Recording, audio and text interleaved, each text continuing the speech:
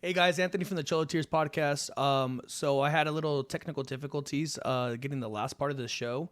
So if you're audio only or your YouTube with the video, you can go on RJ's Instagram to hear his last part regarding the Derek Carr retirement.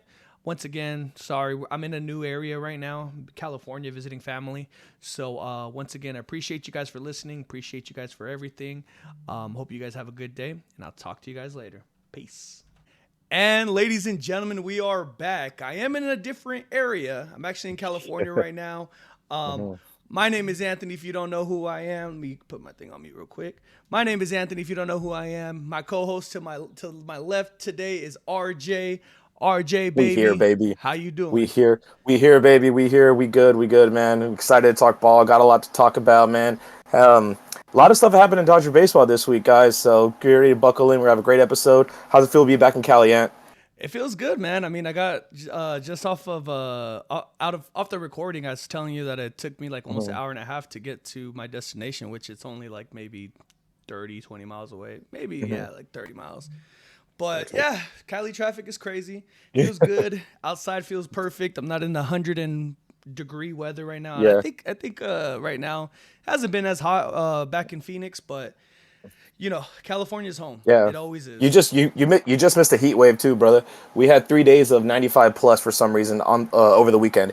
It was miserable, and it's We only gonna make me fucking hate the summer that's coming up, man. Well, last week when So we were talking, the 95 heat wave for you guys was 105 for us. yeah, dude, that's fucking insane, man. But hey, climate change isn't real, so whatever.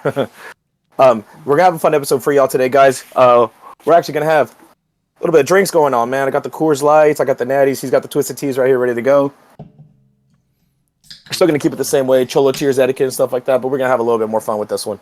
Um, but yeah, man, had a lot happen with the Dodgers, man. So we left off last week with going over the first loss to the D-backs. So it was a 5-3 loss. There's nothing more we could do. Yoshi looked a little human, honestly. But we already kind of talked about that. We touched base on that. We want to talk about what happened the very next day, which is one of the more insane games in recent Dodger history. We come out absolutely fucking swinging the bat, and we fucking called it. I fucking called it. I said, y'all need to light up Eduardo Rodriguez bum ass. I fucking called it, and they put five on that bum ass fucker, man. I was at a brewery with my girl watching it. We're doing fucking cartwheels in that goddamn brewery, watching them get lit the fuck up, man. But Roki and Anthony Banda almost sold us the fucking game, man. Fucking Roki going 4 innings, 5 hits, 5 earned, 2 walks, 2 Ks, and 61 pitches, man. He looked awful. But credit to the D-backs. We knew coming into the series they could hit, and they fucking did, man. And then Banda, fuck, man. I'm running out of fucking ways to defend this guy, honestly, man. Yeah. Inning and 2/3, 3 hits, 4 earned, 3 walks, 2 Ks in 30 pitches. Shout out to our fucking offense for saving us, coming in clutch, and then Otani just exiting stage right, 3-run homer in the ninth to give us the lead, 14-11 win. Like taunting Lourdes Gurriel's fucking home run, throwing the hands up after fucking just hit the grand slam. Yes, sir. Motherfucker testifying and shit. But yeah, Otani gave it back to him and then some. He said, "Toma way." Um, but yeah, 14-11 dub, man. It was good to see. Roki did look a little human. We'll talk a little bit more about what happened to Roki on Monday. But yeah, any other pointers you got, man? That was a crazy ass game. Yeah, man.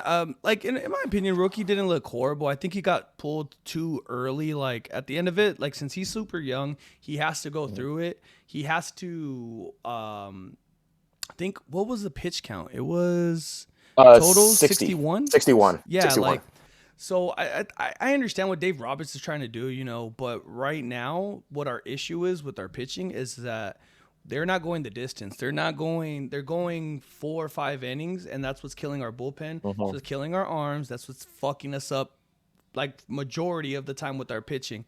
Anthony Banda again, he comes in and it's his second grand slam he's allowed this year. And man, I know last year when he came in and he came in looking like a stud, but this is what Banda is though at the end of it. Like we thought, with the career resurgence that last year, He looked nice. Got with Mark Pryor, all the with all the Dodgers pitching staff, whatever.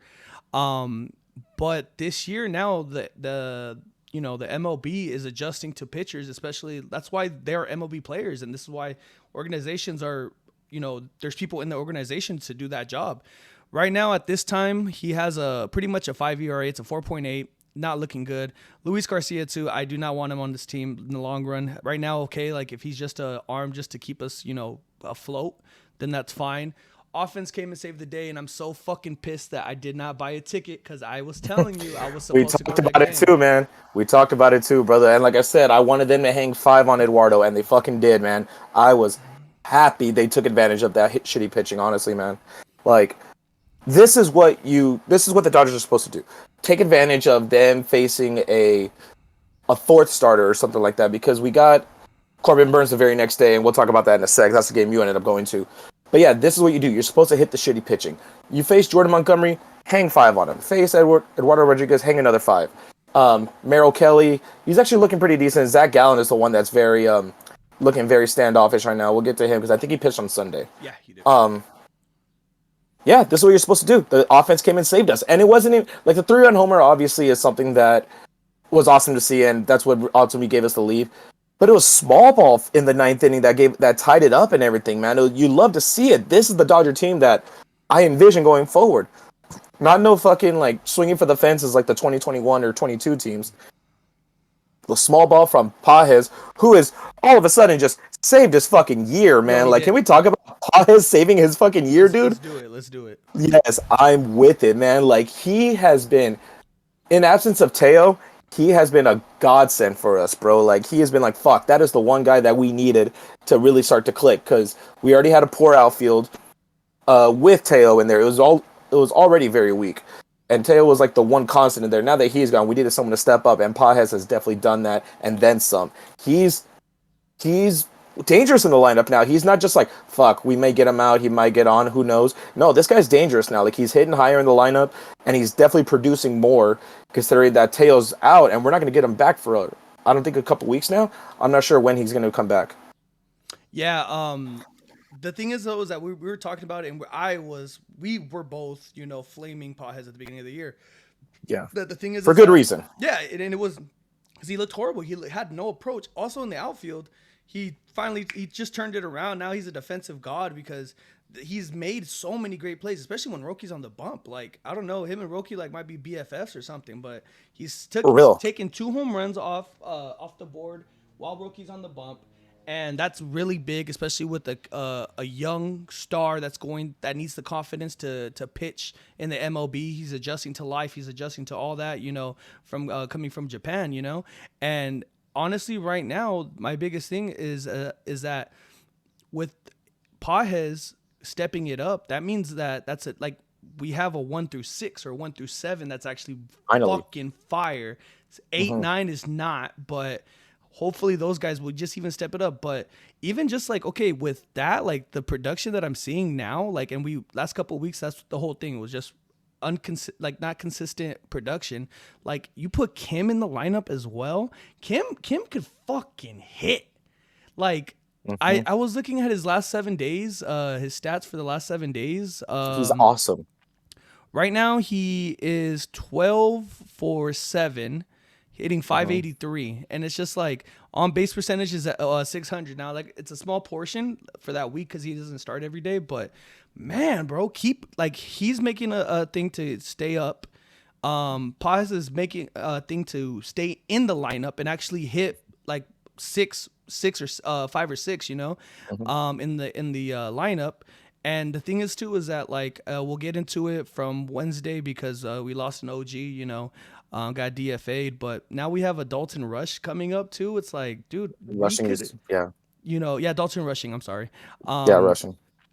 Like we're the wheels are spinning now. Like Finally. It's still certain people that like Conforto. He actually had a decent week. He went 8 for 20 after I was watching him go 0 for 31 and dog. But yeah, I mean, offense saved us. Pitching has to get better from this game. Yeah. Which leads us into Saturday's game if you want to Oh start going man. on that. Okay, so I have to eat my words on this one. Um, so going into Saturday's game, Anthony actually went. It's a three nothing loss. Bats go silent, but now all of a sudden, fucking Corbin Burns wants to be the fucking Cy Young that apparently everyone fucking sees. I still think he's the most overrated pitcher in baseball. I just think he is. But he showed out against us, and Dustin May came out, had a really good bounce back week, man. Like you can't fault him for that. I thought he pitched great. Yeah. You know, he threw 88 pitches, coming up to almost 90 pitches, which is great. Goes 6 innings, 7 hits, 2 earned, 1 walk, and 5 Ks in 88 pitches. I thought he pitched great. Sorry, his offense got kind of shut out because Corbin Burns just did his thing. You get one of those, you know, a broken clock is right twice a day. Fuck it, he's gonna get one of those eventually. Sucks it had to be against us, but nothing much for me to take away other than the fact that Dustin May looked good in a bounce back. He just, ooh shit, excuse me. It's just facing a better pitcher in that meantime. You can't really do much about that. That's sometimes just how baseball goes. I've got no more notes about that because I thought Dustin May actually pitched pretty well. This is a good bounce back for him. Yeah, he did. I mean, being there live, it sucked because the last 2 times I've gone to the Dodger game, there was the one that I've probably said on the podcast multiple times where it was Roblowski came in to pitch and they lost like fucking like 15-4 or some bullshit last year. And then this year they get shut out for my first Dodger game of the year. They get shut out 3-0. Burns was pushing. Like I know seeing him, they just could not read whatever he was throwing. Like He was nasty. He was nasty that day. They were looking confused up there. There was offense was like just it just wasn't clicking. Like you said, it happens. I'm not really mad about that because I you know, Corbin Burns to me is a really good pitcher. He's, you know, just like with the Skeens game, like it's shit like that when you go against like a ace, you know, a number one, you know, this is gonna happen. Dustin May actually, oh my god, I loved seeing him alive. So he had a great game. You think about it, it was a homer to Suarez, which he nuked, brother. Like seeing that off the bat, he nuked that shit. But yeah. I was hoping that the bullpen for the Diamondbacks would throw it again, but they ended up getting the 3-0 win.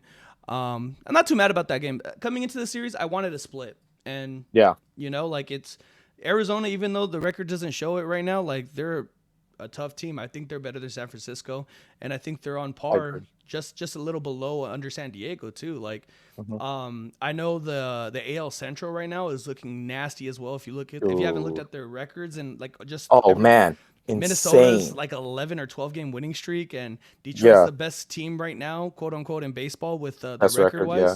But I still think our division is the best division in baseball. I think it is. It's something to say about like there's always like West teams. Like I mean, you talk about in football, the AFC West is one of the best teams in football. Also, the NL West for years to come. Like the NL West is a bunch of young teams. It's not like it's older people like the Yankees that are kind of leaving, like the Teixeiras, A-Rods, Posadas. They're all kind of leaving, so it's like almost like a turnover. These are young kids in like a stacked ass division. Obviously, you know, you feel for Colorado, who might just be the worst team in baseball history at the end of the year. Like, let's be honest. Yeah. They're on a historical fucking downfall, dude. And they fired Bud Black. We talked about this. I think that's good for the team, but I feel like there's just so much wrong with that team. That's like, dude, like there's no fixing that right now. But back to the rest of the division. It's awful, dude. They're failing each other, and I feel bad for the kids getting called up. Finally get the dream to play baseball, and this is the product that they have to kind of inherit. It's awful for them. But yeah, dude, San Diego, I thought was going to have a fucking down year this year, to be honest, with all their stars that they had lost and stuff like that. And then with the rumors of them trading their rotation, and they're looking fucking fire. Holy shit. The Giants, you know, it's that one random year every like 3-4 years. Guess what? They're out again for some reason. Like, this is damn near the same team from last year with them. And they're fucking killing it. It makes no sense. Giants baseball is so fucking weird because it's like, oh yeah, this is the year we'll try. Got it. And then the D-backs. I mean, needless to say, we have the 2023 NLDS that we watched where they fucking curb stomped us at home. Yeah. And then fucking just finished us off at fucking in Arizona. I mean, coming in, I thought they were going to be the second best team in the NL West. We both kind of talked about that like in the very first episode. And they showed it this week. They really showed it. They had some fucking fight. I mean, and Corbin Burns did what he did. Yeah, you can't get too mad because it's like you said, like we wanted a split. We ended up getting a split. We'll talk about the Mother's Day win in a sec because that was a great fucking game for us, just all around. But yeah, man, honestly, like this is one of those teams where it's like, you know what, splitting is probably one of the better things. Obviously, you want a 3 out of 1 or a 3 to 4 or 3 out of 4, but a split is probably just as good, honestly. And just a quick side note to anybody that listens to us, also to RJ, happy late Mother's Day to your mothers. Appreciate y'all. Appreciate everybody listening. Appreciate RJ as my co-host. Love, of Happy course, Mother's man. Day to your Appreciate you, mama. brother. It was a good. Obviously, we love our mothers and everything, man. And happy Mother's Day to everyone else too, man. But yeah, that leads us into the Mother's Day game, where Tony Gonsolin, he's our second best pitcher in the rotation right now. Yeah. He's definitely our second best pitcher in the rotation. He goes 5 innings, 3 hits, no earned runs, 4 Ks, 84 pitches. It's an 8-1 dub. Mookie and Freddie both hit homers. Just an all-around great team effort, team win on a day where we needed it. Especially coming back home to the Oakland Athletics. They're still Oakland to me. I don't give a fuck. They're not Vegas. They're not Sacramento. They're Oakland to me. But yeah, I thought it was a great series. It definitely showed our toughness, showed how well our bats can kind of come alive, which is good because we definitely needed that. That's something we have been talking about for the last couple of weeks. The lineup, obviously missing Teo and Mookie kind of having a little bit of a slow start, I guess. I mean, the guy was sick for a couple weeks, man. We'll give him a break.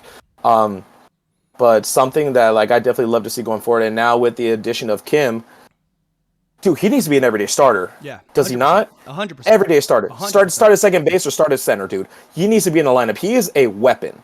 And we have him hitting ninth. Nice. I like it. Turn over the lineup. We're going to talk about what happened last night in a little bit. Mm-hmm. But I think this is definitely one of the better ways to turn over. It's almost like having 2 leadoff guys. Because Kim will get on, and it's like Ohtani's hitting second in the lineup. It's crazy.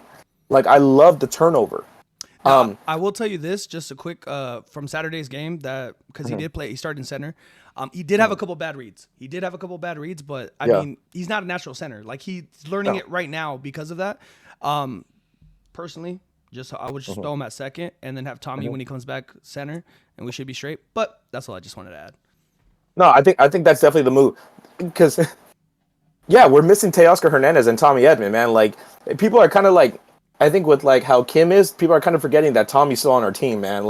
He's gonna come back, he's gonna man center field. I think that's probably the best case. Mm-hmm. It's cool that Kim is versatile, but he's like you say, he's not a natural center fielder. It's okay. And also, center field in Arizona is pretty fucking deep too, man. It's a weird ass fucking place to play center. What was it on the Erod game where it was Freddie's sac fly, Ohtani's double. I think Ohtani's double was 29 or 28 out of 30 stadiums. That shit's a bomb. And then Freddie's sac fly was also 25 out of 30 stadiums. That's insane. Dude, that outfield in Arizona is big, dude. That's a big outfield. Comerica in Detroit is a big-ass outfield, too. That's insane, dude. And Seattle, too. Seattle's got a huge-ass outfield, too, dude. Home runs go to die in Seattle. But neither here nor there.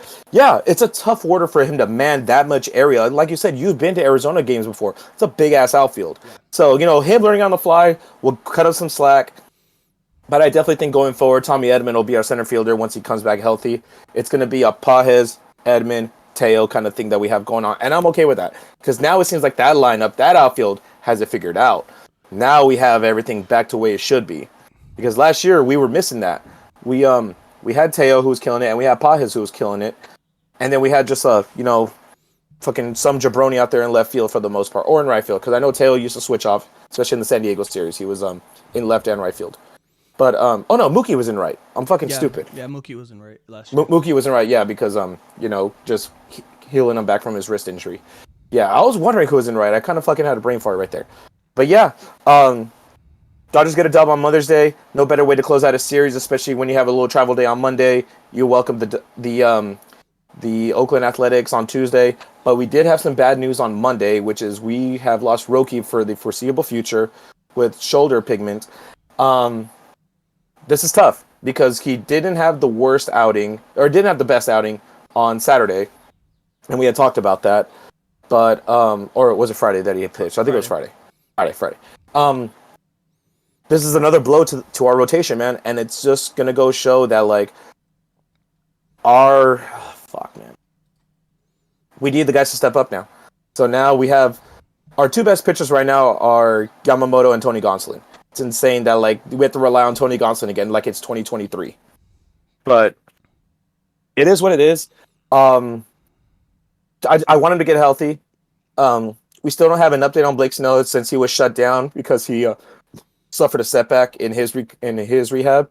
And Glasnow looks like he's throwing, which is good. I saw on MLB Network he was actually throwing. Looks fine. Maybe he just needed a little bit of a rest. He just needed to kind of just get his head right, and I'm okay with that because the depth we have, I think, is definitely going to help us going forward. Especially, we're going to talk about the Tuesday game, but your thoughts on losing Roki for a bit? Yeah, I mean, I know coming into the off season, right? Like the whole thing was that because Roki had the shoulder thing. Like it's been known. It's been known. It's just that it kind of that talk kind of died off, and now he was saying that he was feeling it for a couple starts, but he didn't mention anything. Which, I mean, I understand why, but you have to because you have to mention it because it could be you get it worse, and then you have a season-ending injury, and then it's just okay. Well, you got to start from square one again next year, anyways. But it sucks because at least we lose one and we gain one. I know your GOAT is coming back pitching tomorrow. So I mean, I'm not asking for much from Clayton Kershaw. I love that he's coming back. He's about like 30-something strikeouts away from 3,000, which he's going to get this year, barring any injuries. Oh shit! He's about 30 strikeouts away. He's about 30 away, brother. Ooh, okay. He's there, man. That is something to watch for, and we're gonna love it. First ballot Hall of Famer. Honestly, you can feel however you feel about him in the playoffs and stuff like that. But man, this guy was a dog for like 10 plus years for us, man. From like 2010 to 2020, he held it down for us every day, opening day, just ready to go, man. And I love him for that. I'm not expecting much from Kershaw. That fastball's going to sit at 90. He's going to rely on a lot of movement and placing, which is something I love. This guy can dot up a strike zone. Kershaw can dot it up, man. Something where he's lost his velo, he's come back better with command. And I love it. But yeah, man, we need the depth coming back up. Hopefully Bobby Miller's starting to figure it out back there in AAA, man, because with these injuries coming out, I know, dude. I know. I'm going to look up his stats right now. You're good, brother. Yeah, I'm curious about his minor league stats.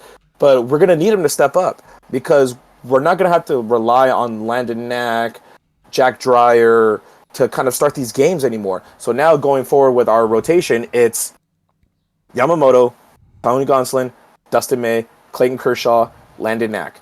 I need Bobby Miller to figure it the fuck out right now, man.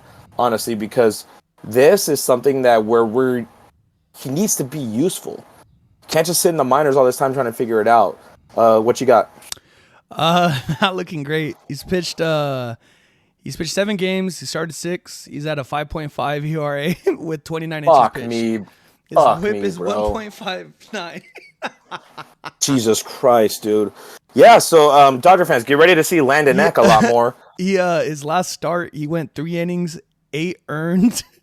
I'm sorry, 6 earned, 8 hits, 7 strikeouts though. I guess that's kind of for 3 innings. But still, man, 6 earned is crazy in AAA, bro. Dude, what is wrong with Bobby Miller, man? Fuck, man. Like he was a weapon in 2023, and then last year it's just after like 1 or 2 starts, he goes on the injured list. And it's not the same guy anymore, dude. He hasn't been the same. I wonder if he's hiding an injury. I wonder if there's something really wrong mentally where he doesn't want to get hurt. But dude, he's a shell of himself right now, man. And this is something where like when guys go down, we were always looking to Bobby to come up to be like, okay, he's going to help us out a little bit. Give us 3 starts maybe while someone gets back. Dude, he is hindering us. It's insane. So that leads us to the Tuesday series. So we're going to start off. We welcome the Oakland Athletics. They're still Oakland to us. I don't care. We welcome the Oakland Athletics to Chavez Ravine for a 3-game series. And the first game went about as shit sandwiched sideways as any other game I've probably ever seen against us. I thought it was just... I mean, let's give the A's credit. They're competitive as shit, dude. They are competitive. I know the last 2 games didn't really seem like it. But, dude, man, these guys are scrappy. They are good, and I think Vegas is going to get a good team in a couple years when they get there eventually. But before that, Landon Knack was awful 4 2/3, 7 hits, 5 earned, 1 walk, 8 Ks, 94 pitches, but also just a nothing much because all of a sudden the Dodgers forget how to fucking hit against the fucking A's. So, we put up one. There's not much I can really say about this, honestly, but what you got, man? This game pissed me off. And the funny thing is that it pissed me off too, but it didn't piss me off that much because I see. Look, Oakland has always produced great fucking talent. That is it Jack Wilson, or I don't know his first name. Jacob Wilson. Jacob Wilson. Dude, he's a stud. That kid's a fucking he's awesome. Stud. Dude, Lawrence Butler's a stud too. Lawrence Butler, and then they also got Brent Rooker, that Soderstrom. Yeah, stud. Tyler Soderstrom. The only thing is they have a dumbass fucking owner, and they don't want to. He doesn't want to spend money. But anyways, dude, worst owner in baseball, hands down. He's killing this fucking team. Dude, but yeah, these A's are fucking stacked for the future, man. Like, they got all these kids. I mean, let's not forget. Obviously, the big thing is the A's, if they would have re-signed their talent, who they have? They'd have Matt Chapman, Matt Olson, fucking Marcus Semien, the pitching. Dude, they would be stacked. Sean Murphy, like, they would be stacked. But obviously, it's so crazy how they either hit on prospects or they just know how to develop the talent. Mm-hmm. That goes without fucking no one talking about it, dude. But yeah, dude, like, how can you not cheer for the A's? They're the little sister team, or the small market team that's scrappy. Because when the Reds had guys coming up, they were still terrible. No one wanted to watch them. The A's are scrappy. The A's aren't in last place for the fucking division. It's the fucking Galos, and it's insane that, like, the A's are actually competitive this year. It's good for them. But yeah, dude, like, 11-1 loss. That's not by accident. It's not by shitty pitching. That's also by great hitting too. Yeah. I mean, these guys are insane. At the end of it, who was on the bump to start off? Landon. And the thing is that, like, we know where we're getting with him though. Exactly. So it's like we when we look at these bullpen games, what do we both say? We're expecting a loss, for the most part. Thankfully, last start, him and I forgot who was the second. Matt Sawyer, yeah. And it's like, okay, you're not expecting that, but you'll take it. Yeah. Even against the A's, the A's have a really good squad. I feel like they're not going to be a playoff team this year, but years to come, they're going to be something until they start trading everybody away. Because when they get to the sixth year of control, they're gone. Mm-hmm. But it was just more of a fun game to watch the A's, for me at least. I was pissed because to me it's like, this is a series that we ended up taking the series, but it's just, it's like, to me, this is one of those you need a sweep. Yeah, to Colorado, they're not as bad as Colorado, obviously. They're not as bad as Miami, but like those are the games where it's like, okay, we still have a sustainable lead in the West, but it's still, I'm mad. It's a tight race, dude. Yeah. It's a tight race. Like, I mean, we talked about it like a couple minutes ago. That NL West is insanely stacked, man. You got 4 teams that could win the division at any given time. Like, we're going to have one team that win the division. It's going to be us. But you also have 3 teams that might make the wild card just out of our division alone. It's insane. Mm-hmm. Like, the Padres, Giants, and D-backs might make the fucking division. Might make the wild card. Just depends on, like, how they finish September, obviously, for the most part, because teams are going to fade out. Maybe the Giants are just starting off hot. They'll get to the break, and they'll probably fall off because they don't have the depth. The Padres look like to be the real deal because we know that they are. The D-backs might look like they're fucking back, but we'll see what happens. But, yeah, man, like, you got 4 teams that could win a division right here. And these guys are battling for a fucking wild card. Well, yeah, it's like that. It's that 2021 year where we won 100 games. The Giants won, like 2 more games than us and won the fucking division. We had to play a wild card game against the fucking Rockies. I was losing my fucking mind. Oh, that was the 106-107 year, and they played St. Louis. Because Chris Taylor hit a walk-off home run. Sorry. That's what. But didn't we have to play Colorado to like game 163 to kind of fucking break the tie? Yeah. That one in 2019. No, that was 2021. That was 21. 2019 was the 163 because I went to that game. No shit. That's the one that Walker Buehler was like, "Let's fucking go." He was hyped. I remember. And then we lost to the Nats in the next series, but. Fuck, man. Yeah, I mean, we lost to the World Series champs. Which is honestly, if you go back and rewatch those highlights of the World Series between the Nats and Astros, it's a fun ass fucking series, dude. Yeah, it was. It's a fun ass fucking series, dude. That one and won. That's insane. I mean, how fucking on pins and needles do you have to fucking be? Like, it's crazy. But yeah, back to that. Yeah, like someone's gonna be on pins and needles for a fucking wild card series where you got to win two, and like these guys are gonna just beat the shit out of each other. And it's such a shame that we have yet to face the fucking Giants or the Padres right now, dude. We are in the middle of May, and there's no fucking rivalry games yet. Like, it's insane that Major League Baseball has kind of botched the scheduling. It's insane, man. Like, I think it's terrible for local baseball fans. I mean, it's great for baseball because we face other teams and stuff like that. Like, when are we ever gonna face the fucking Tigers? Never. Like, but we need division games, man. Like, this is where it matters most. Like, this is where the fans like who's gonna win the division or not. This is what people need to see. The thing is, though, is that I think the reason why they did that is because they want the end of the year to be fucking crazy. Like, we're going to have so many division games now because of we haven't faced them like almost 3 months into the season, you know? So the only thing I find that's weird is that like the last series of the year, we're not playing a division rival. Like, to me, it's I don't like that. Like the last like two series, we have to do that. Be kind of sick if we face the Giants to end the year, or the Padres. Like, and now baseball's got rivalry weekend this week, and they got us facing the Angels. I mean, they're not really a rival. It's sad now to see what the Angels have become, and like. I used to love clowning the Angels in high school, but now it's kind of just been like, dude, like I feel bad for the organization because any sort of like hope that they get just immediately gets fucking just stomped out. I feel bad for him, dude. I don't because they have the second worst owner in fucking baseball. What like? Yeah, he's the second Moreno's worst, dude. A fucking idiot. Dude, he needs to sell the team too, man. He is awful, dude. I have so many Angel fans that they cannot wait to spit on his grave when he passes, dude. It's insane. Yeah. Like, they want him to kick the bucket so fucking fast. Saw someone on Twitter say it's a sick world where the Padres lose their owner before the Angels. I was like, that is fucked. But Jesus, dude. I was like, fuck, dude. Like, Angel fans hate their owner so much. And you can't do much. You can't fire a fucking owner. And that's the worst thing. You can fire GMs, all the coaches you want. Can't fire an owner. And it looks like Artie Moreno is definitely holding the team back. And you know, speaking as someone that used to have a really shitty owner, RIP to the late great Al Davis, but man, he was holding us back. Mark, I think, definitely has a better like look on the team. He's at least open to criticism. Al was hard-headed. He was blackballed by the NFL, and he, I think, held us back a lot. Yeah. I don't hate Al the same way people hate Artie Moreno, but neither here nor there.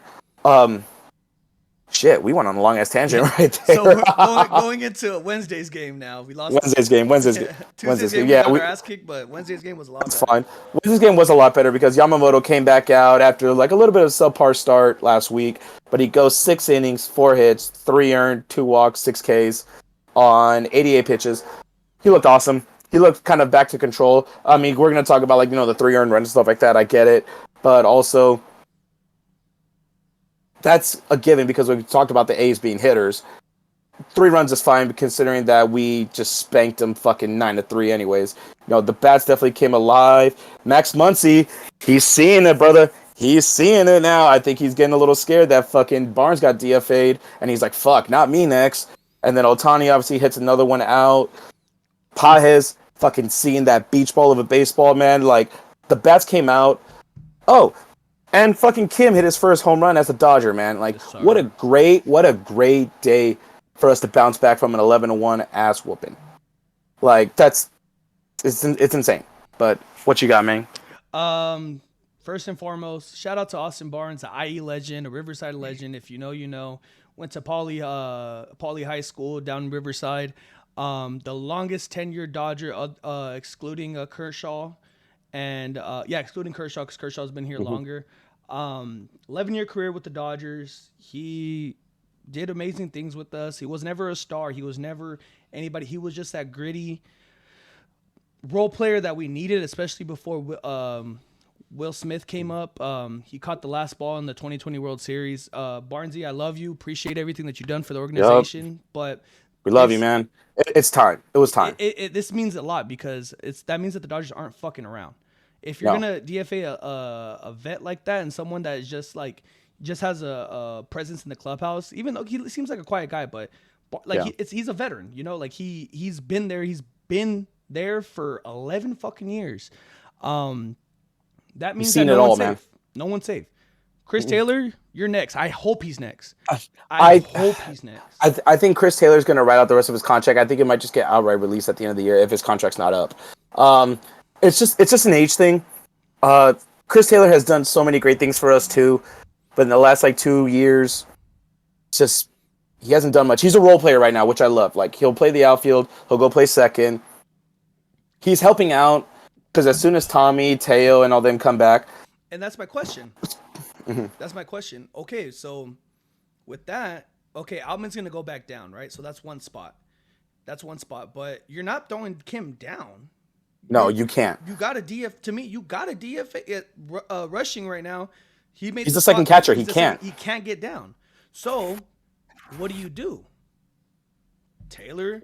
It's either so on the hot seat is Taylor, Miggy, And Conforto. No, I think Miggy stays. I think he's a little bit too reliable with the glove to kind of drop down. He's also versatile in the infield. But I trust Miggy at third more than I trust Chris Taylor at third. Yeah, but that's the thing. You're gonna have to get rid of one of your utility players. They're both. I know Taylor could play the outfield and the infield, but if you're saying with Miggy, like okay, you could only play 3 positions versus being a utility. You still got Kike, which is true, but you're not gonna send down Kike. We're saving him for October. No. That's the biggest thing. Yeah. So Kike just loves playing in October. To me, Miggy Rose 36, 37, Taylor has looked like shit. To me, those are the 2 biggest questions. I mean, who else would you send down? I think it might be. See, it depends on what they do because for me, the obvious one is to just release Conforto. It's a 1-year deal. You're not tied down to him next year. He plays a corner outfield spot and that's it, dude. Like it's not as versatile and he's not performing as well. I think he's the one you probably got to let go. Because Dalton Rushing, he not only catches, he plays outfield too. Like that's the one thing I love that like Barnes. People forget that Austin Barnes was also an infielder too. Yeah. He could play infield, but he kind of got away from that the last couple of years. I remember him playing second base a couple of times. Like, oh shit, cool, versatile. That's what we needed because we didn't really have that with AJ Ellis. AJ Ellis was just a straight battery for Clayton Kershaw. That's why he stuck around so long. But I think with Barnes and him able to play second, that's why we loved having him. With Rushing kind of coming in, being able to play catcher and the outfield, I think that opens up a spot for Conforto to get released, especially a corner outfield spot. And I know the team doesn't give a fuck about money, but you think they're gonna DFA him for $18 million? No, I don't. They're not gonna DFA him, dude. I think they're just gonna outright release him. And I don't think he's that serviceable. Rather than eating Chris Taylor up. I mean, because how many more years in the contract does Chris Taylor have, though? Check out Spotrac real quick. Spotrac is usually pretty good about that. That's the thing, though. It's about the control because, like, if they release them, they have to eat this year's and then obviously next year's. It might add up to the same, but one has a year of control left, which is just this year for Conforto. And obviously Chris Taylor, he's a little bit more versatile. Like Conforto plays left field and that's it, dude. Like he doesn't even play center. He's making 13 and he has a club option next year. So I mean, it's kind of probably not going to pick it up. Yeah, it's the same thing. It is, but they do have the option to bring him back if someone were to leave. I'm not sure who would leave, but I think the obvious one is Conforto, just because of just productivity and just how versatile he could be. I don't think he's as I love having a left-handed bat in the lineup, but we just got Dalton Rushing, baby. He's a left-handed hitter. Yeah. Like we just solved that problem. Yeah. I think, and I would give the kid more playing time in the outfield because that's obviously where he's going to get more playing time. It's where he's going to get more experience as being an outfielder. But the thing is, when Tommy and Teo come back, there's not going to be a spot for him. He'll just be a backup catcher, but just get him the time now. Let him get his work in. And Conforto, dude, Conforto's going to be out of a job anyways. I think that'd be the case because like if Tommy and Teo come back, you can't put Tommy at second because then where's Kim going to go?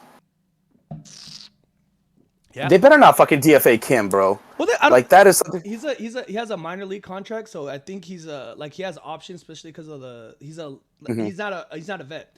He's less than 5 years, so he gets option down. I don't think they'll DFA him. They'll just send him down to AAA. But like these veterans, like let's say for example, the whole thing with Barnes, the reason why he got DFA'd is because he could either accept to going down or Because Outright released. Yeah, outright release because of his veteran status. Same thing with Taylor and same thing with Conforto. So those guys, same thing with Miggy Rowe too. If they would have to get DFA'd, not just sent down. Yeah. With Kim and like let's say Rushing, for example, they could get sent down and they have no say in it because of their service time. Yeah. But we'll see. We'll see. It's gonna be interesting. But they're contributing, man. Like it'd be stupid to fucking. Yeah, I mean, we're fans talking about it and shit like that. Yeah, like, dude, like you've got a guy in Kim that is killing it right now. Like this is a guy that they were like, oh shit, like is he gonna be ready for Major League? Dude, yeah, he's ready for Major League Ball. Like he has been such a help at the bottom of the lineup, where like that 7, 8, 9 has been fucking dead. It's been dead. I mean, because we've had to deal with like Miggy Rowe being there, James Outman being there, Pajes when he was awful, Muncy when he was awful. Like, it's a breath of fresh air, and I think like they would be. I mean, not clubhouse wise, but like front office wise, you got to send Kim down. I think that'll be the case. I don't want him to be because he's such a contributor, but that'll probably be the thing. They're gonna get a lot of backlash from that. But if I think reasonably, you got to release Conforto, man. Yeah, I think so. Yeah, it'll be interesting to see what they do. That game though, it was just a nice little ass whooping what we should have done. And then speaking of ass whoopings. Oh yeah, last night, baby. On Otani's 50-50 bobblehead night, Dodgers put up a fucking football score on the Oakland Athletics, dude. I thought the Rams and Raiders were playing in town, man, because the Raiders... No, sorry, the Raiders win. Oh, my God, I'm getting over myself. The Dodgers win 19-2, man. 19-2. We got position players on the mound for the A's. We got Otani hitting 2 dongs. We got James Outman doing one thing. That's hitting a home run, and striking out is another one. Dalton Rushing made his Major League debut that day, which was a breath of fresh air, too. His first at-bat was a walk. Technically doesn't count. And then fucking he comes up with a single up the middle. That was great to see. Who pitched for us? I believe that was... Oh, my goodness. It was Sawyer, Banda, and Robleski. Sawyer.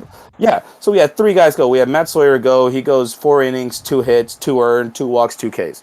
Cool. Banda did his 1 inning. He does what he does. And then your boy, Justin Robleski, fucking... 4 innings of shutout ball against the A's, but I mean, they had already given up at that point. I think at that point it was already 10-0. This is what they should have done. I don't want to talk about it more and stuff like that, but this is good that the Dodgers did that. They showed prowess. Tonight we take on the Angels at home, something I'm excited for, but I just hope we just curb stomp the Angels, but it's something that, like, this was good to see that we have our mojo back. Because Muncy went yard yesterday, too. Yeah, back-to-back games. Muncy going back-to-back. I think he really got scared that Barnes got DFA'd. He was like, nope, not me. Otani hitting 2 dongs. Albert hitting 1. Pajes hitting 1. Like, dude, it was a fucking it was just nukes everywhere, bro. It was insane. Yeah, I mean, not much to talk about it just because you kind of covered everything. Offense looked great. The pitching that we had, they did their job. That's all I could ask for, like... Otani gets 2 dongs, like you said, had one the game before as well. So Otani right now he's tied for the league of for homers, and just with like Schwarber. With Schwarber, yeah, and just like how we're talking about, he's had like a quiet, but this last week has been fucking insane. Dude, he's been loud. He's been loud, dude. Like we grilled him for not having plate discipline.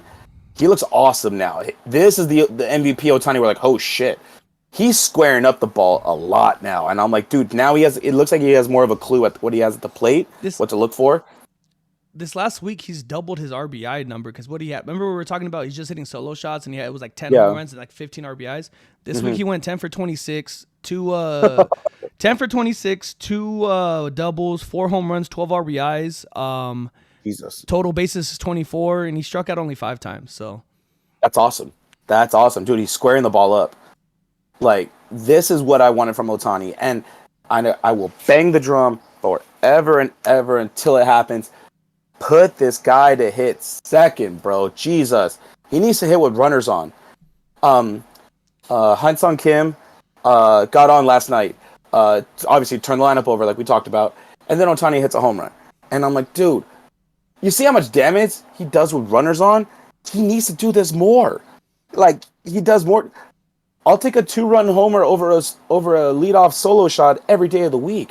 Like, I need him with runners on, like, more. And I think that's why, like, sending down Kim would be just a mistake. But what you got, man? I mean, same like I said, the whole thing, the offensive outpour, I love it. I agree with you. You cannot send Kim down.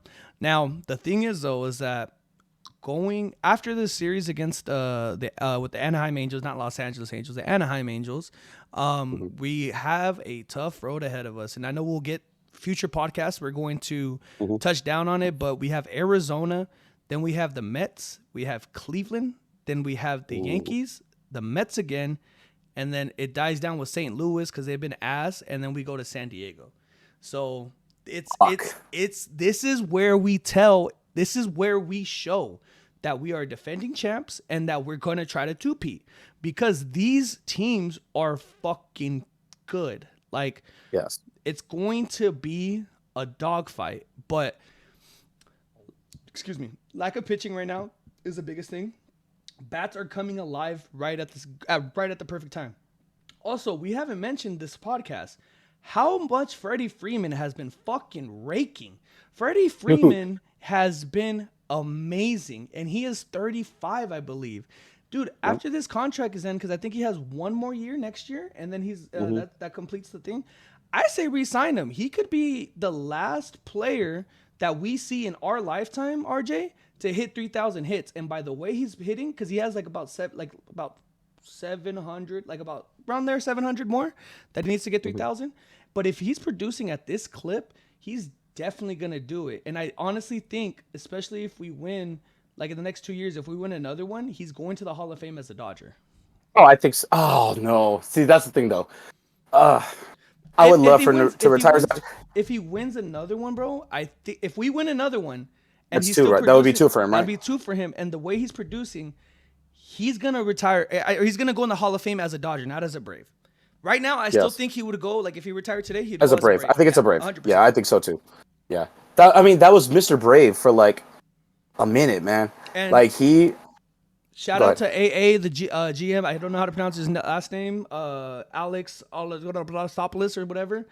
The GM for the Braves for fucking up that situation with Freddie because I thought it wasn't him. I thought it was his agent that held out that the Braves had a contract. Both, but I know it was both of them. But to me, like let's say for example, if you're the GM and you have Mr. Dodger, like you have your Mr. Dodger, you're gonna do anything to try to retain him. Anything.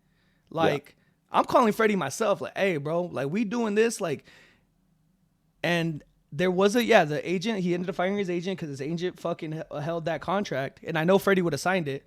But, like I said, if I'm the GM, I'm doing anything in my power, not only to talk to the agent, I'm talking to his family, I'm talking to his wife, I'm talking to his parents. Hey, I want Freddie back. And then they ended up getting Olsen, and Olsen's a great player, but right now, Freddie, the way he's producing, it's hitting fucking like 350, bro. Like, dude, come on now. He's insane, man. He slipped in the shower and was like, "Oh fuck, this is how I swing." As of last night's game, he's hitting 370, RJ. 370. Dude, yes, that is stability in the middle of the lineup that we have needed so desperately. Because last year he had a little bit of a down year, but he was injured, so we'll give him a break. Also, fucking World Series MVP, man. Like, you got to cut him some slack. Like, this guy hit, like, the most iconic home run in Dodger history next to Kirk Gibson's. Like, everyone's going to remember where they were when Freddie hit his home run. I was at Safe House with my lady. It was awesome. Just, atmosphere was fucking insane. But, yeah, I think, if he gets 3,000 as a Dodger, I think you might be right. I think he might retire Hall of Fame as a Dodger. But right now, I think, you're right. I think right now, if he were to retire, he'd go in as a Brave. He's a Gold Glove first baseman. Close to 300 at career average. I don't think the home runs are as there. He's got power, but he's never had like Matt Olson power. Like Matt Olson can hit 40, Freddie can hit 30. Like it's fine, and we don't need him to hit home runs. Like Mookie and Shohei are gonna get on. We need you to drive him in. That's it. His RBI is gonna be 100. Yeah, his RBI is gonna be 100, and I'll take that. But yeah, man, Okay, so can you check on his contract really quick? See when it expires, how old he'll be. Yeah. Because that makes it kind of curious because the Dodgers are notorious for signing the short-term deals. Makes you kind of wonder, like, do they give him 3 years? Do they give him a 2 year and let him retire Oh, here? I'm sorry. Go Actually, ahead. he has 2 more years of control, so he'd be a free agent in 2028. So Okay, and how old will he be? he'll be 38, and I even think like if depending A on his 2 year, production, maybe? maybe a Yeah. 1 year, maybe a 2 year. Just say, even like let's say if he's really close to that mark, give him a 1 year. His little this is the end. Like this is the final. What was it? The last dance. Yeah. He get his 3,000, but that's the thing. They in the next 2 years, which it's really next 3 years, we could get two more chips. Like honestly, like, and I I think think with that, we'll at least get one more. yeah, We'll at least yeah. get one more. And I feel like with that, and like I said, it's all on his production as well. Hmm. That could cement him as a Dodger Hall of Famer. I think you might be right. I think so because he's 35 right now. No, 35, about to be 36, maybe. Whatever it may be. Um, I think you might be right, and I think Dodger fans will be all better for it. See, the thing is, though, I think if it comes down to a 1 year deal, I think he goes back to Atlanta for like a last dance there. It depends though on what Atlanta's doing because like even Depends. yeah, because like even if you film the DH, who's their DH right now? Like Ozuna. Ozuna. Is it Ozuna? Yeah. Because also too though, like I know he loved Atlanta, but you think about it, you're gonna play with the guy that they replaced you with. Like to me, I know Yeah. Freddie's not. He's a sweetheart. He's not. He doesn't have a bad bone in his body. Yeah. But as human nature, You're gonna be a little jealous of that. No, I get you. I you get you. know, I get you. No, I get you 100%. I think, and it depends. Like you said, if we win another one, maybe two more, I think he probably stays for like another year, maybe as a Dodger after his contract expires. But if he, like, as soon as the winter meetings start and free agency starts, and his ass goes straight to Atlanta just to be a DH, just so we can retire there, that's always going to go back and show like where his heart is and where he should retire.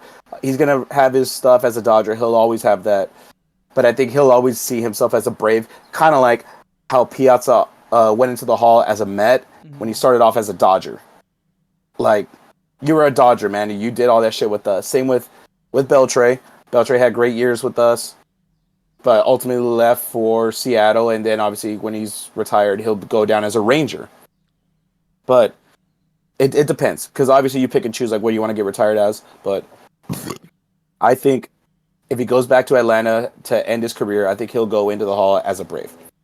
yep, Like, accolades aside, yeah. I mean, it's and going to show where his heart is. the thing is too is that like, which I would not like it would suck, right? Because like I'm like, okay, Freddie, like he did a lot of damage with us, but I mean, at the end of it, like this reason why we picked him up and we got that contract at that time, which I believe, if I'm not mistaken, damn, to me, it's 6 years, 162, and I know MLB has this thing where they do not like paying first basemen. They do not. That's why the whole Vladdy Guerrero one was everybody was like, really? Like, like just around the league, gave him Yeah, 500. But 6 years, 162, bro? that's kind of a steal. That's a fucking steal, dog. That's a Like, steal. and I understand coming into that contract, he was 32, which, like I said, Yeah, scary, right in the middle of your prime though. Athletic prime, that's right in the middle. But he sustained it. He's done really good, and I mean, what is it? MILF, or it says "Man, I love Freddie" or some shit like it's in that shirt. That's awesome. Yeah, bro. But like we were saying, this team has to show it. This stretch, this next month from when we revisit this podcast, this is 9. We'll probably be at like 12, 13. We will revisit this because it will be around June 16th, like I said, like about a month from now, and we'll see all these things. Because then even after that San Diego, we get San Francisco, San Diego again, and then it cools down with Washington, Colorado, Kansas City, and then Chicago White Sox. Yeah. So this is Nothing but nothing but killers, man. yeah, dude. Like, Nothing but killers until we get to the White Sox. but we're fucking dogs too, though. We're the Yeah. best team in the league, and we got to act like Yeah. it, Yeah, agreed. That San Fran one, is that they go up north, right? So when we first play San Fran, it's gonna be in LA. Oh, okay. Okay, so that's gonna be like in June then. Yeah, Um, the weekend in okay, yeah, June. yeah, because I'm gonna go visit AT&T Park. It's AT&T Park to me. I'll be going to San Fran What is early it? July. What is it now? It's Oracle Park. Oh, I thought it was. Oh, okay. I didn't even know that. Yeah, it's changed to Oracle. It's always been AT&T Park for me. Yeah. Um, but yeah, my girl and I were going up north, so we're gonna go watch the Giants and Dodgers play in San Francisco. My first time going to San Fran. I'm excited. Never been to that stadium. My sister's been. Said it's fucking beautiful. Hmm. I'm excited. That'll be my first time. I'll cross that one off, and I'm gonna cross off Seattle at the end of July. So I'll cross off that in T-Mobile. So that's gonna be a fucking banger, dude. I'm I'm gonna excited. I'm gonna try to cross off PNC. Oh Pittsburgh no Penguins. shit, dude. Are you going for Hopefully, the Mac Miller bobblehead? I'm trying to. I'm trying to get. Dude. I'm Oh. trying to just cause. So on a side note, uh, Mhm. I got a girlfriend now, so I'm gonna Oh like no I'm trying to shit. tell her like like let's go, but we gotta figure out the vacation and all that shit for Mhm. work and shit. So I want to. I'm also which I don't know. Hopefully she doesn't see this, but I also got us tickets for the Raiders and Niners preseason Oh game no shit. in Oh hell Vegas yeah. because she's a Niner fan. I'm a Raider fan. So Ugh. that's yeah. And that one I can't convert. I tried to convert her to the because Yeah. she's a Diamondbacks fan. So it's like I try to convert her to the Dodgers, but we'll see how that goes. Yeah. But yeah, there's a lot of trips. Like I said, guys, we'll probably vlog some of this stuff too. Like I That'd be know we're fire gonna as be fuck. with our significant others, but we'll try to get just even if it's little, like just so we could document, like just everything, just so it's all baseball love, it's all sports love at the end of the day. Mhm. But yeah, dude. That'd be fun. Yeah, I'd be down for that. I'd be down for that. Um, yeah, dude, you're better off converting her to a Dodger fan than you are a Raider fan, honestly. Because that Niners shit is fucking that shit runs deep. Like Yeah, it that. does. You know what's funny is like people don't change football teams. They'll change baseball teams. They won't change football teams. We're prime examples. Loyal to the day, which is actually a good segment because we had some news this last week, brother. All right, let's hear it. QB1 fucking retired, man. Okay, I'm curious about this because I've had my times where I hated him, but it's Raider fans. Derek Carr retired, man. Derek Carr, will go down as one of the best Raider quarterbacks of all time. I think so. No ifs, ands, or buts. This man bled silver black. And it's a shame the way that he was treated at the end of his time in Oakland or in Vegas. Josh McDipshit ruined Derek Carr. I will never forgive him for what he did to Derek Carr. And look at me when I'm telling you this, everyone. I will dance on McDaniels' grave the second he goes for what he did to Derek Carr. I do not care. He was a cancer to us. And the second he was fired, I was doing cartwheels in my living room. It was Christmas on Halloween. Do not deserve to coach in the NFL, you piece of shit. Fuck you, Josh McDaniels. God, that felt so good. But anyways, okay, how did you feel about Derek Carr? Like, you loved him, you hated him, you were glad he got sent away. What are your thoughts about it, Ant? He was never the same after the injury, bro. And the thing is, though, I is like remember that 2016, man. we were Broke his leg fucking against the Colts. elite. Dude, we were the number one seed. That was our year. That was week 16, right? Because it wasn't the last game of the year. It was like week 14 or 15, something like Yeah. that. Because Matt McGloin finished the season out against Denver. Yeah, because I remember because even was it Connor Cook was our quarterback or He was our third string. Because McGloin got hurt, then we had to start Connor Cook. and against the Texans, right, in the playoffs, right? Dude, just Yeah. it was bad. Because I think even Donald Penn was hurt. We had to go with Menelik Watson at left tackle that game, and Jadeveon Clowney beat the fuck out of him, dude. I remember. Yeah, it was just injuries, and shit like that. Like, will we have won with Matt McGloin? Probably not. He would have given us a better chance. But, dude, man, yeah, that injury caused Derek Carr to not run as much anymore. He threw the ball out a lot quicker. He was scared. And I think that's what Raider fans see and think like that's what he was. But people forget, like, pre that, like, when he came in and saved us from Matt Schaub, people forget Matt Schaub was going to be our fucking starting quarterback. Yeah. Like, dude, and I remember, like, watching Matt Schaub in the preseason, seeing that, and I was like, oh my god, that ball looks like it's coming out so fucking slow. Sure enough, he goes on IR with dead arm, and I'm like, what the fuck? And then obviously we had Derek Carr, who drafted in the second round that year. One of the best drafts we've ever fucking had. Yeah, Khalil Mack, Derek Carr, Was that the Gabe Gabe Jackson? Jackson, Yeah. Gabe Jackson, TJ Carey, Yeah. dude, an insane draft. Keith McGill, who was a really great corner, was like one of those like back when tall corners were a thing. But people forget that Derek Carr saved us. He was a rookie. He went through growing pains, but he saved us. I'll never forget when he came in for that KC game when we finally started him and we won. It was like one of the best things ever. It was on Thursday Night Football. He saved us, and he gave us one of the best times to be a Raider fan, because that season where we went 12-4, obviously went 12-4, or we went like 11-5, something like that. But that year we should have, we should have won it all. He had a great cast. He elevated us. He will be missed, Raider fans, and I hope you know. After, if you hated Derek Carr, whatever, you can hate him for like the last 2 years or whatever. But Josh McDaniels failed him. That team failed him. All to get Jimmy Garoppolo and Gardner Minshew. I hope you realize how lucky we are to have had Derek Carr. That's what I'm saying. We miss Derek Carr. I wish you a happy retirement, brother. I'm so sorry we had to do that to you. I will always love you. You're my QB1. You've been the best. He was the most stable part of our team for like 10 years. Yeah. He was the point. We traded Khalil Mack. We traded Amari Cooper. Josh Jacobs came and went. Receivers in and out the door, dude. When he had fucking James Jones as his wide receiver one his rookie year, we had Jared Cook come in and out, and Darren Wall. Once again, guys, like I said, I apologize for the abrupt end of the podcast. Once again, we'll be live next Friday. You could go on the at Wingstop Daddy on Instagram for him to finish off his Derek Carr thank you. We appreciate everything. Next week it should be a little more cleaner. Like I said, I'm out of town right now.